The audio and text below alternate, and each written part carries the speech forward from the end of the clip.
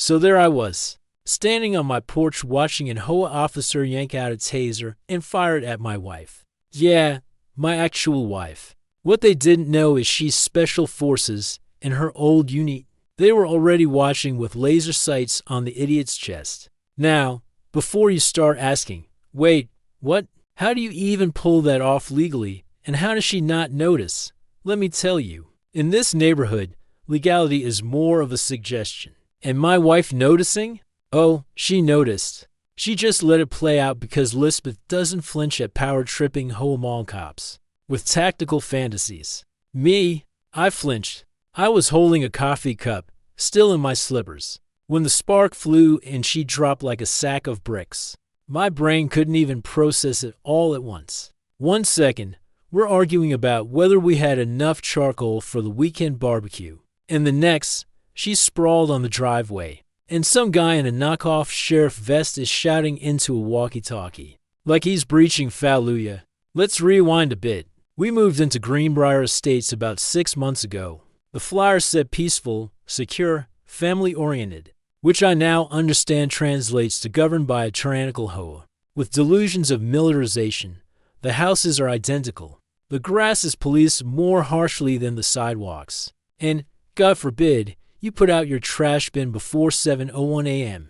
Lisbeth thought the place was hilarious from day one. She cracked jokes about the whole rules being longer than her old deployment handbook. But she went along with it because, peace and quiet, decent schools nearby, and no neighbors who blast EDM at 2 a.m. The first strike was the Jeep, her beautiful matte black military-grade Jeep. She parked 2 inches over the driveway line, barely kissing the grass. And the next day, a violation notice appeared with the urgency of a nuclear code alert.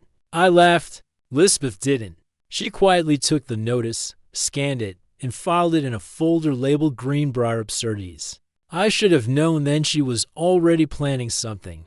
The Hoa president, a woman named Deidre, yes, that's her real name, and no, she doesn't see the irony, ran the neighborhood like a discount dictator. Her laminated clipboard was her scepter.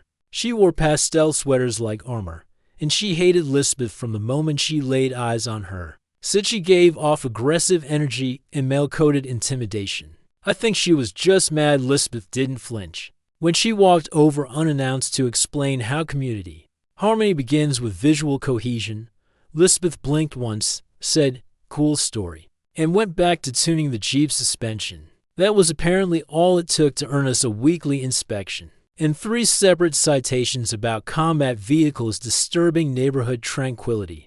But the real turning point came when the Hoa formed what they call the Greenbrier Civil Enforcement Division. Sounds fancy, right? Don't be fooled. It was 5 guys who all looked like they got rejected from TSA training, dressed in black polos and camo pants, wearing fake badge patches with phrases like Code Enforcer and Safety Lead. They carried flashlights the size of baseball bats, clipboards, and no-joke pepper spray.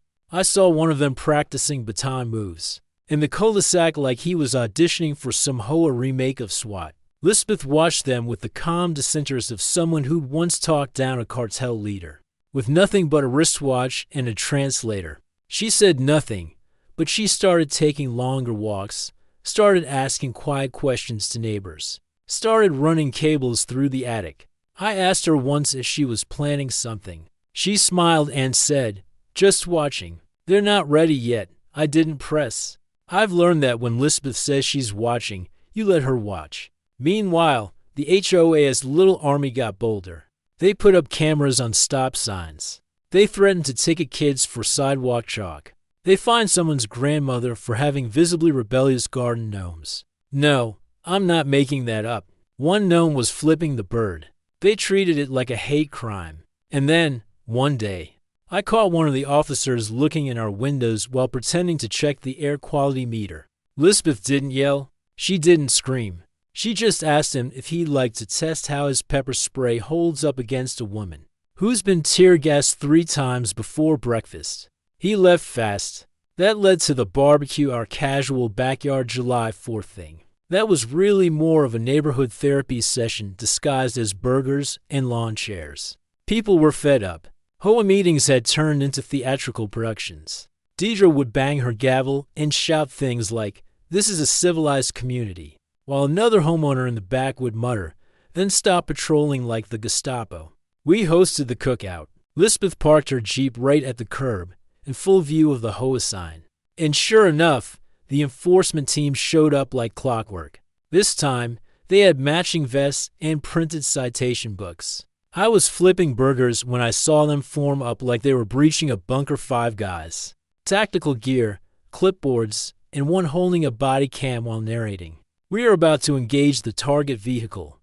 Lisbeth just stood in front of the Jeep, arms crossed. Didn't say a word. They gave her a warning. She shrugged, said, "You're welcome to try." And apparently, they took that as a green light. Which brings us back to the moment the taser fired. Lisbeth dropped. I froze. And then, one by one, red laser dots flicked on, glowing against vests, arms, necks, like silent judgment beams from the universe itself. That's when the officer holding the taser stopped smiling. He blinked hard. From inside the hedges, the side alley, the roof of our garage, Lisbeth's former team stepped into the open. I didn't even hear them arrive, but they were there. Calm, professional, armed. And Lisbeth, she opened one eye, smirked, and said, "I always wondered what it would feel like to get stunned by an amateur." What none of us knew yet was that she'd been documenting every single thing for months. And the real storm? It was just about to hit. The funny thing about a power-hungry Hoa is that they never think they're the villain. They genuinely believe they're heroes in a suburban war zone, holding the line between peace and anarchy, as if someone grilling chicken too close to a fence will cause the entire neighborhood to combust. After the taser incident, which, let me remind you, ended with Lisbeth opening one eye like a mildly annoyed cat, things should have ended. You'd think the Hoa would take a long, sobering breath and reconsider their life choices after realizing they just assaulted a decorated Special Forces vet in front of half the neighborhood. But no, that would require shame. And people like Deidre Witherspoon, our beloved Hoa president, don't do shame. They doubled down. Deidre, yes, that's still her real name, and yes, she still wears her pastel sweater sets like a uniform decided that Lisbeth was the problem. Not the unauthorized taser deployment. Not the fact that her fake cop squad had been caught on multiple doorbell cameras, doing shady late-night inspections. No, it was Lisbeth. Lisbeth was disruptive. Lisbeth was a threat to community cohesion. Lisbeth, she claimed, was creating a hostile energy signature. I swear she used those words. Like she had just come back from a yoga retreat and was weaponizing the language of wellness. Like a club. So what did Deidre do? She called an emergency Hoa board meeting, not to apologize, not to investigate the incident, but to introduce a new policy, a restriction against military-style vehicles, and aggressive displays of force on residential property. That's right, a direct hit at Lisbeth and her Jeep. The same Jeep that had been parked peacefully in our own driveway since we moved in. The language was vague enough to sound official, but specific enough to make Lisbeth the unspoken target. And as if that wasn't enough of a power move, she had the gall to rename her little group of clipboard-wielding mall cop rejects. The Greenbrier Civil Enforcement Division was now officially operating as a neighborhood stabilization task force. Lisbeth laughed for a full 10 seconds when she read the notice on our door. Then she folded it neatly and added it to her growing binder. She had a whole tab system now: violations, false citations, invasions of privacy. And my personal favorite, ridiculous phrases. That one included gems like unauthorized lawn gnome and non-compliant wind chime frequency. But again, Lisbeth didn't raise her voice. She didn't charge into the next board meeting with fists or fury. Instead, she quietly took a longer jog the next morning. That's when I started to notice she wasn't just jogging anymore, she was scouting. What no one realized was that Lisbeth had already turned our under-the-stairs storage room into a miniature war room. No weapons, no drama, just intel, folders, printed documents, flash drives, timestamps, and footage from doorbell cams all over the neighborhood. Half of them weren't even ours. Turns out other neighbors had been sending her stuff. Lisbeth had become the unofficial confidant of Greenbrier Estates. One guy across the street, James, retired, soft-spoken classic car collector, had been fined for improper tarp tension. Another woman, a single mother of two, was cited because her dog's collar was too reflective under LED streetlights. Everyone had a story. Everyone had been picked on. They just didn't know what to do about it until Lisbeth started quietly compiling their stories into something more than just neighborhood gossip. And her old team? Oh, they were definitely involved now. Nothing formal, nothing aggressive, just situational awareness, as Lisbeth put it. One of them, Alejandro, lived only a few blocks away and started walking his dog past our house 3 times a day. Another, Javier, worked at a security firm downtown and just happened to install a few discreet cameras. On behalf of a client concerned about porch pirates, it wasn't surveillance, it was insurance. And it wasn't illegal. Not when the cameras were pointed at public spaces or placed on property with permission. Meanwhile, the Hoa task force kept escalating. They began showing up at random, unannounced. They carried citation pads like bouncers guarding an invisible nightclub. They took pictures of trash bins, measured lawn heights with tape measures, and started leaving cryptic notes like this porch light may exceed lumen limits. At one point, I swear they used a drone to hover over someone's backyard for aerial compliance checks. Lisbeth flagged that footage and added it to the binder under overreach, aerial. She was building a case, and while I didn't know the endgame yet, I could feel it coming. Deidre, of course, believed she was winning. She strutted around the neighborhood with her nose slightly upturned, like a monarch surveying her empire. She'd nod at residents like she expected applause for maintaining order. But behind those forced smiles and carefully clipped hedges, people were simmering. Every block had its own little powder keg waiting to ignite, and Lisbeth was just standing nearby with a match, watching patiently. Then came the incident with the sidewalk chalk. A group of kids, sweet, harmless, barely out of kindergarten, had decorated the sidewalk near the community park with chalk drawings. Rainbows, dinosaurs, some kind of lopsided unicorn that looked like it was in witness protection. The kind of stuff that makes you smile. Deidre didn't smile. She called it defacement of common areas and issued a $100 fine to each household whose kid had participated. She even got the task force involved to photograph the evidence before the next rainstorm. Washed it away. That was the moment several parents snapped. They showed up at the next Hoa meeting, normally a dry affair with barely 5 people in attendance, and packed the room. Lisbeth was there too, sitting quietly in the back with her folder. She didn't speak. She didn't need to. The others were doing it for her now. They shouted. They demanded answers. And for once, they didn't back down when Deidre banged her gavel like a judge trying to stop a courtroom riot. After the meeting, Deidre stormed out. The next morning, we woke up to find a new notice taped to our door. Final warning, vehicle in violation of subsection 7.3.1b, presence of warlike aesthetic. Lisbeth smiled without showing her teeth. She didn't even look up from her laptop. I asked her what she was working on. She said, a small report, just tying up a few loose ends. Then she looked at me and said, I think it's time. That evening, as the sun dipped behind the houses and the sprinklers hissed across perfectly compliant lawns, 2 things happened. First, Lisbeth's team group chat lit up. Second, a mysterious envelope was slid under our door. It had no name, just one phrase printed in block letters. We know what she's doing. I picked it up, looked at Lisbeth, and raised an eyebrow. She didn't look concerned. If anything, she looked intrigued. Then she said something I'll never forget. They're trying to warn us. But they don't realize I'm not the one who should be scared. It started like any other casual suburban celebration. We were planning a 4th of July barbecue, not for fireworks, not for patriotism, but because everyone was on edge, and nothing calms the nerves like grilled meat and beer. We invited the usual suspects, a few cool neighbors, the elderly couple next door. Even James from across the street with the world's most fragile classic Mustang. Lisbeth had a look in her eyes that morning, part relaxation, part anticipation, like someone watching a chessboard where all the pieces had been moved, exactly where she wanted them. I didn't ask questions. I just marinated the chicken. By noon, the scent of charcoal and garlic was floating down the block. Kids were riding bikes. Someone had patriotic music playing a little too loud.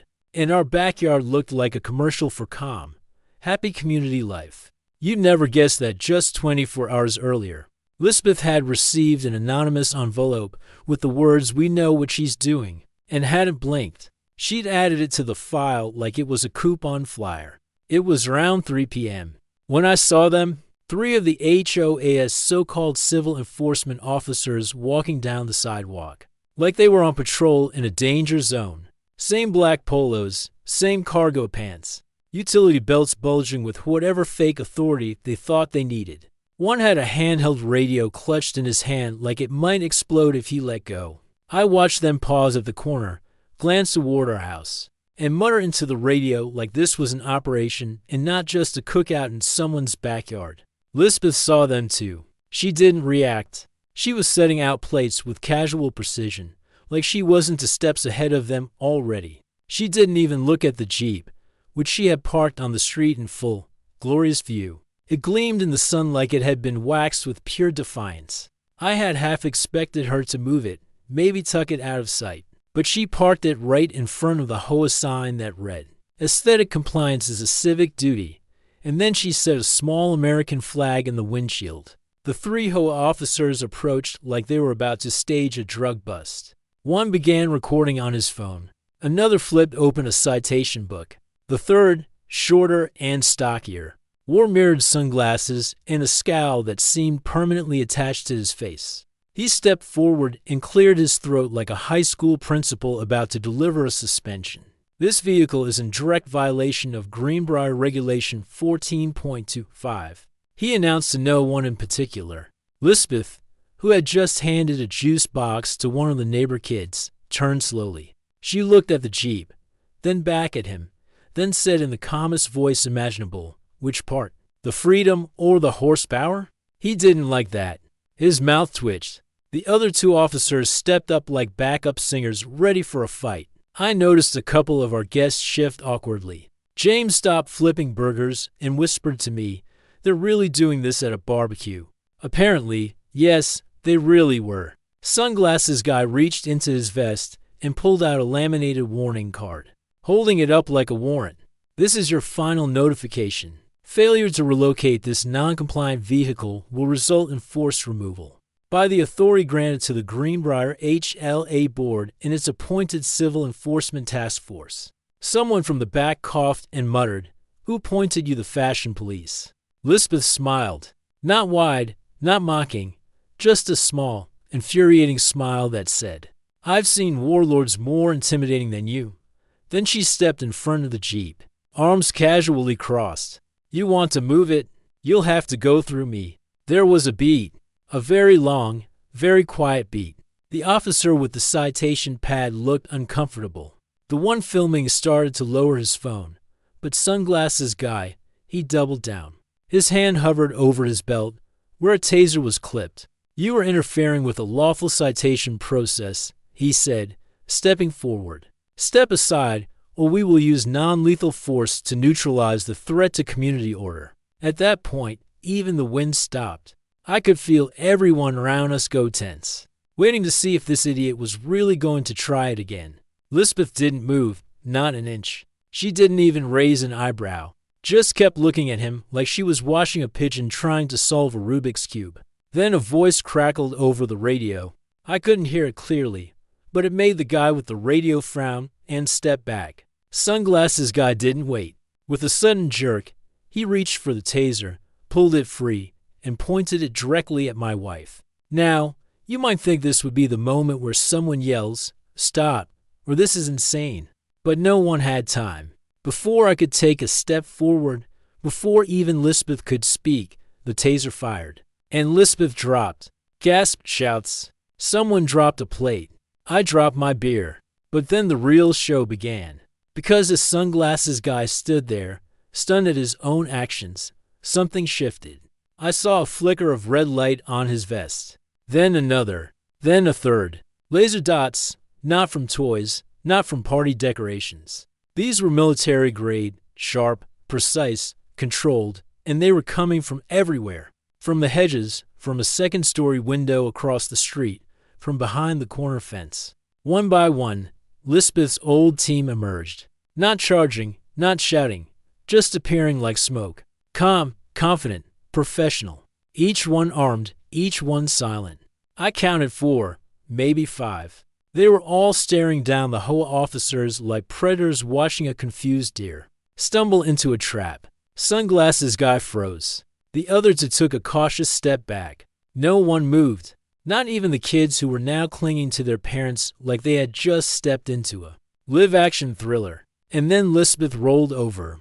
Not struggling, not confused, she rolled over, pushed herself up on one arm, and said, "You need to recalibrate your aim." That shot was low and left. The collective sound of half the neighborhood's jaws hitting the grass was almost comical. She stood up, brushed off her pants, and looked at the taser wires dangling from her shirt. Then she yanked them out like someone removing loose threads. I watched Sunglasses Guy drop the taser.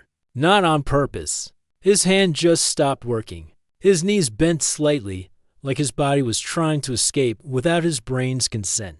Lisbeth walked up to him, slow and deliberate. "You just tased a federal asset," she said, voice quiet but steady. "Do you know how many laws you broke? Do you even know the difference between a civilian enforcement rule and an actual statute?" He didn't answer. He couldn't. And then one of her team members stepped forward, handed her a folder, and said, "Everything's ready." Lisbeth nodded, flipped it open, and smiled.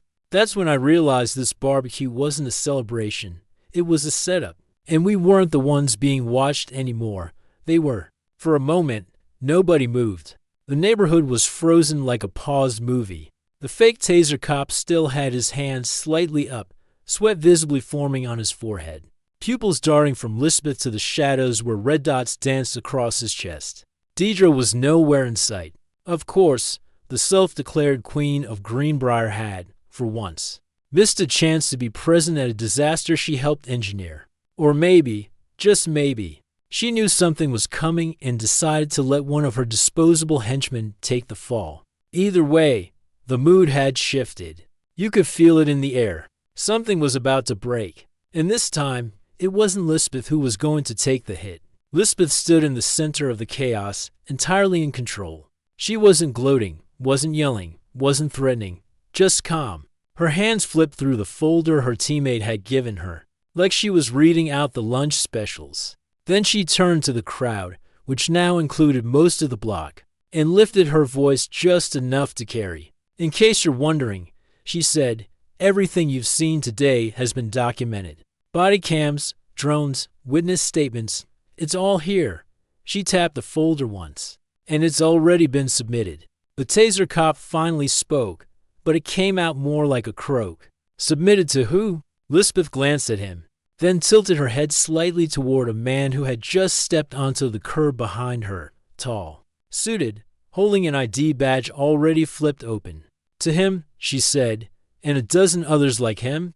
The man gave a small nod and stepped forward. "Agent Wallace," he said, loud enough for everyone to hear. "Department of Justice, Office of Civil Enforcement. We've been monitoring Greenbrier's Hoa since February. Today's events confirmed enough violations to proceed."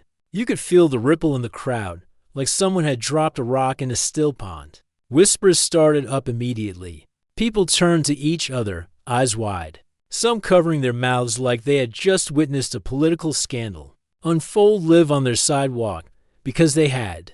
Lisbeth's old team fanned out, not to intimidate, but to control the scene. They guided people back gently, spoke softly to the more stunned guests, and kept an eye on the few Hoa enforcers who had started backing away like they might bolt. None of them did, probably because even they realized by now that Lisbeth had been holding every card in the deck, and was only just now laying them down. Agent Wallace motioned for 2 uniformed officers to step forward from an unmarked car. Down the street. They weren't local police. They were federal, quiet, efficient, and very not here for games. They collected the taser, took statements, and read off legal jargon like it was bedtime poetry. Sunglasses Guy didn't say a word as he was cuffed. One of his teammates, the guy who'd been filming earlier, tried to object. He was immediately reminded that impersonating law enforcement carried a hefty penalty, and that resisting would only add more years to the sentence. He shut up. Deidre finally showed up 15 minutes later, flanked by two HOA board members who looked like they'd aged a decade. Since the start of the barbecue, she strutted in like nothing had happened, jaw set, arms folded, trying to project power that no longer existed.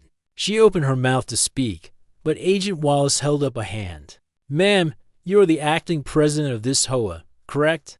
"I am," she said, lifting her chin as if that carried legal weight. "Then you're responsible for authorizing the creation of the Civil Enforcement Task Force." "Yes, and let me just say, then you're also responsible for their actions, their training, and their weapons. You will need to come with us for questioning." She laughed, actually laughed. "Questioning? For what? This is a private association matter. You have no jurisdiction." Wallace didn't blink. "Actually, we do. Your HOA has been operating under an expired charter for the past 16 months. You've issued over 200 unlawful citations, collected nearly $100,000 in fines, and created a paramilitary group without any legal oversight. That's not an association matter. That's a federal one." Deidre turned pale. Her mouth opened and closed like a fish suddenly yanked from water. Her board members stepped back. One of them looked like he might faint. Lisbeth handed Wallace another document. This includes digital records, emails, meeting notes, several instances where they discussed bypassing the original bylaws to push through punitive regulations. Wallace took it, nodded once, and turned back to Deidre. "Ma'am, you are officially under investigation for fraud, harassment, abuse of authority, and potential RICO violations." "RICO?" someone in the crowd whispered. "Isn't that for mobsters?" "Yes," I said out loud. "Yes, it is." Deidre was escorted to the same unmarked car, her pastel cardigan flapping in the wind like a surrender flag. She didn't look back. I didn't expect her to. Over the next hour, the backyard slowly emptied out. People trickled away, murmuring about what they'd seen, what it meant, and what came next. Lisbeth and her team remained behind, speaking quietly with the agents and helping organize the evidence. At one point, I looked over and saw James from across the street holding back tears as he thanked her. Apparently, the HOA had threatened to demolish his carport last month for being visually disruptive. He thought he'd have to sell the Mustang to pay the fine. By dusk, the neighborhood was quiet again. The agents were gone. The vehicles had vanished. The only thing left behind was the smell of barbecue, some scattered paper plates, and a deep, satisfying silence.